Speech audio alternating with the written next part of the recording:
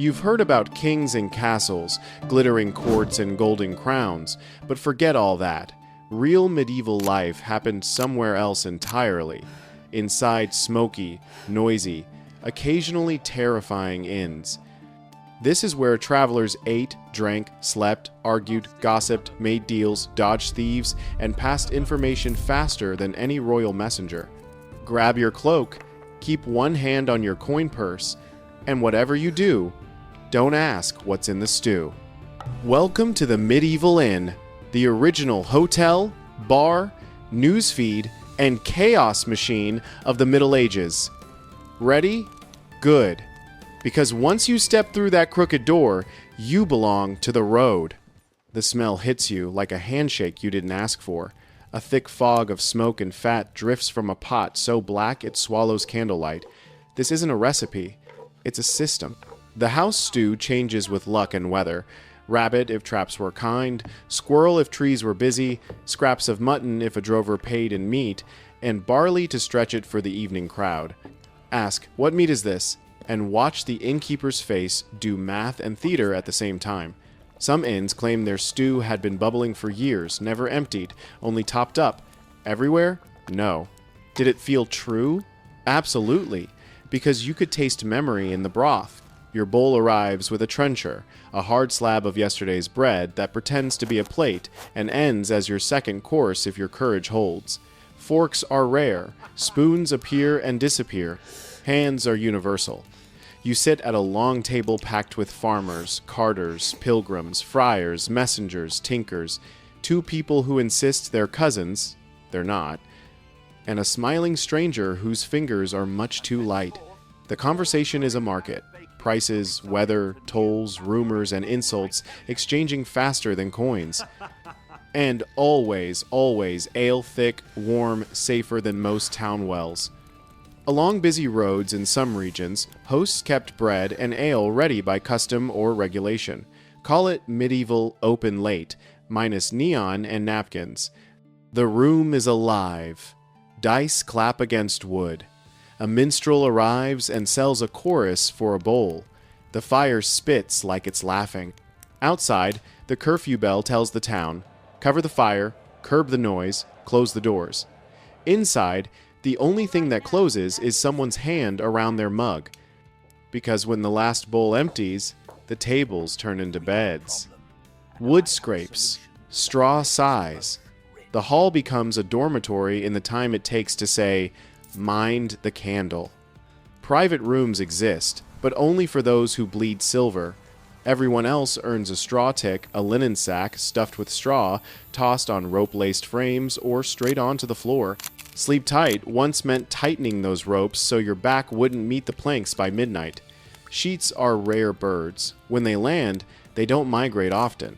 In some places, town rules nudge toasts to wash bedding a few times a year, a rule that's funny until you realize it needed to exist. Fleas, lice, bedbugs, not complaints, co-tenants. Privacy, optional, mostly mythical. You share a bed with strangers, a merchant, a pilgrim, a sailor between ships. You'll forget their names before you forget their snores. Wealth buys thin walls and a hinge pretending to be a lock. Rats don't care about either. Veteran travelers bring their own bedding, lay it over the host's straw, and tuck their coin pouch under their ribs. Would you? Quick poll in your head. Yes or no? Here's the twist. Those crowded rooms weren't just for sleeping, they were signal towers for information. In the baking darkness, whispers travel. A bridge washed out 2 days ahead. A sheriff's new toll gate. A safe ford after the mill, if you turn before the willow. A wool buyer paying over market at the next fair.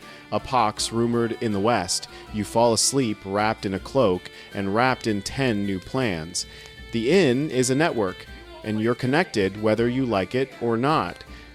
Night isn't bedtime, it's programming. Singing rolls down the tables, verses about saints, sins, fools, and kings who never paid their tabs. Dice games begin with just for fun and end with someone counting teeth with their tongue. Towns in many regions ban drawn swords indoors. Knives are allowed for eating.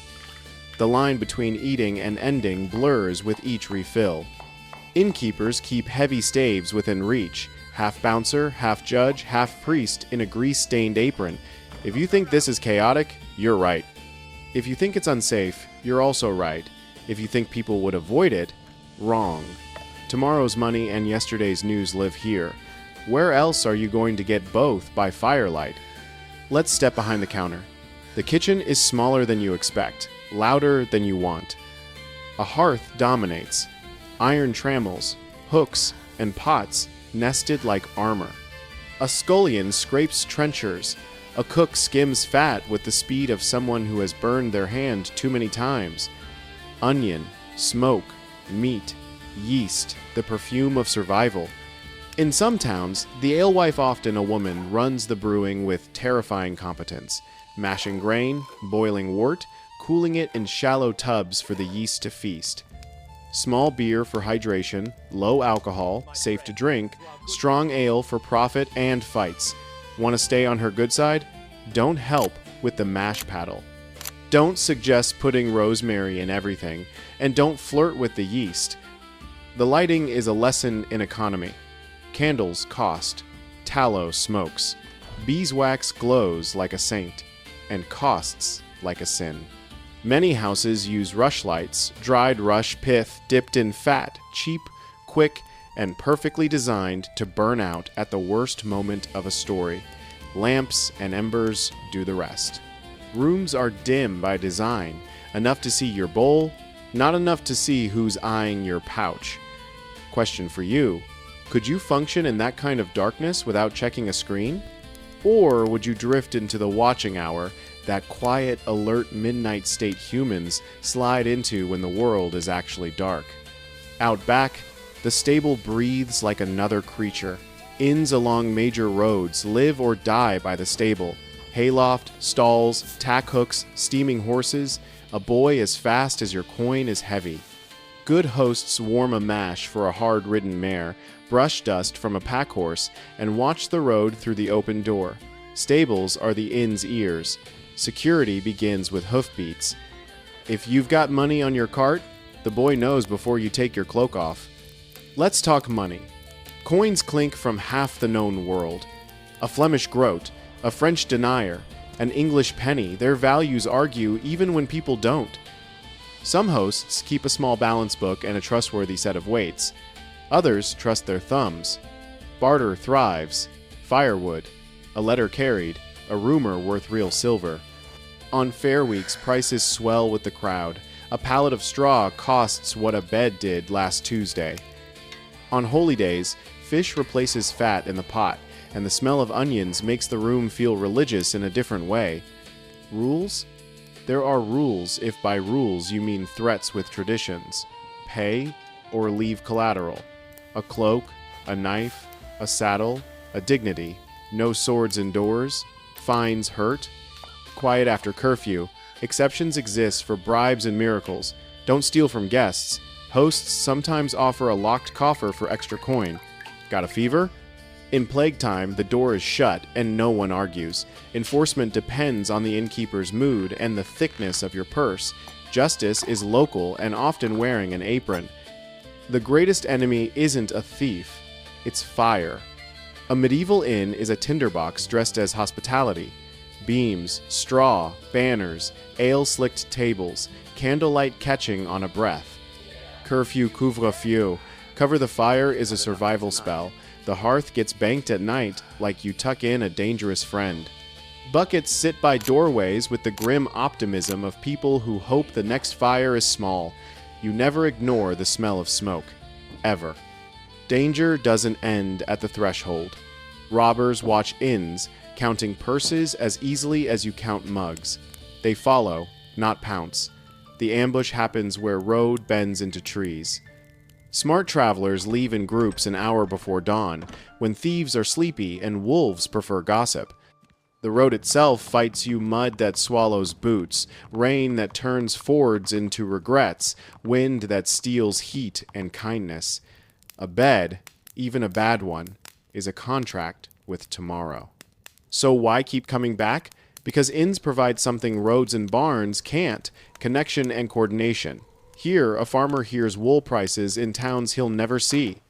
A carpenter learns a joint that won't split in the wet. A widow finds a driver for the cart her son can't manage alone. A scribe picks up a commission for letters no one in the next village can write. The inn is a switchboard. News flows in, rumors out, deals through, culture across. Let's walk a day by season. Winter. You arrive frozen into your own clothes. The host triages you like a battlefield medic. Close to fire, hot bowl, dry corner. Snowmelt pools by the door, rushes on the floor turn to mud, voices huddle, sleep comes because survival needs it to. Spring, carts multiply, roads wake, the stew brightens with greens and hope. Pilgrims in new cloaks with old boots tell fresh lies and old truths. Summer, inns swell, fairs blossom, prices jump, dice games gain new victims. A good host hires extra hands and sleeps less than a fox. Autumn. Wagons groan under grain.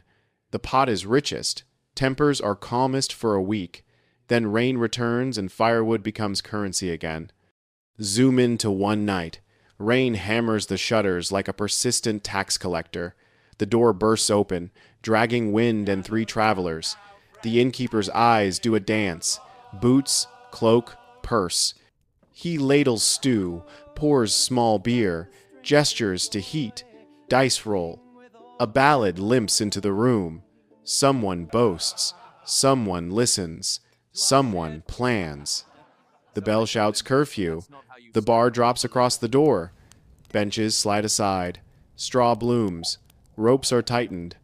A knife goes under a cloak. A pouch under a rib cage. Snores vote to adjourn the evening. But not everyone sleeps. Midnight in an inn sits somewhere between prayer and crime. The watching hour scratches at curiosity.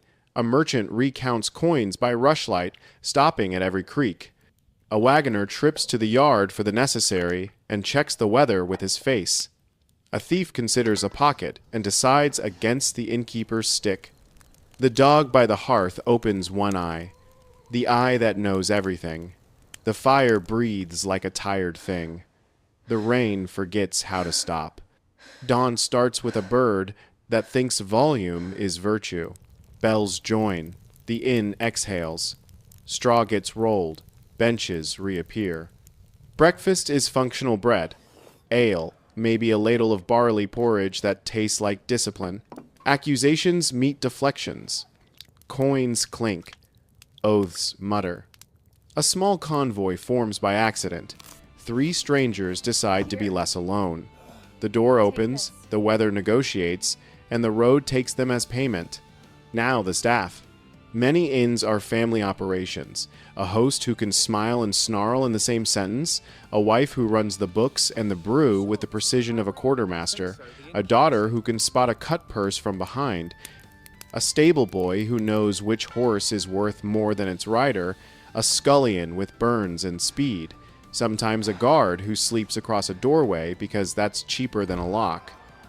In widowhood, many women keep inns alive. The ledger in their head is the only bank the road needs. Say, thank you, and mean it the next bowl may be larger. Law drifts in and out like smoke. In some areas, ale quality and measures are inspected. Watered beer earns fines. False weights ruin a reputation faster than a fight. Town watchmen knock after curfew with faces that say, I hate this job, and sticks that say, I will do it anyway.